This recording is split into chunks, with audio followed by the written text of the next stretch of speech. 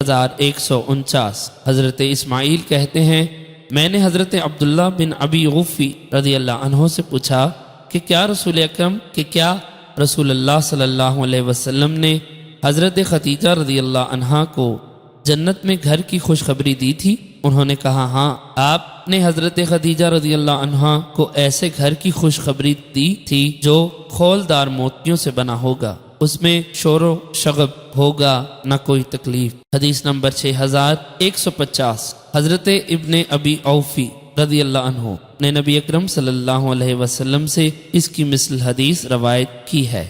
حدیث نمبر 6151۔ حضرت عائشہ رضی اللہ عنہا بیان کرتی ہیں کہ رسول اکرم صلی اللہ علیہ وسلم نے حضرت خدیجہ بن خویلد رضی اللہ عنہا کو جنت میں ایک گھر کی بشارت دی۔ حدیث نمبر 6152۔ حضرت عائشہ رضی اللہ عنہا سے مروی ہے، فرماتی ہیں رسول اکرم صلی اللہ علیہ وسلم کی کسی زوجہ پر اتنا رشک نہیں تھا جس قدر رشک مجھے حضرت خدیجہ رضی اللہ عنہا پر تھا۔ میرے نکاح سے 3 سال پہلے ان کا انتقال ہو گیا، لیکن میں اکثر سنتی کہ رسول اکرم صلی اللہ علیہ وسلم اکثر ان کا ذکر کرتے تھے، اور رب عز و جل نے آپ کو حکم دیا کہ حضرت خدیجہ رضی اللہ عنہا کو جنت میں ایسے گھر کی خوشخبری دی جو خولدار موتیوں سے بنا ہوگا، اور رسول اکرم صلی اللہ علیہ وسلم بکری ذبح کرتے تو اس کا گوشت حضرت ام المومنین کی سہیلیوں کی طرف بھیجتے۔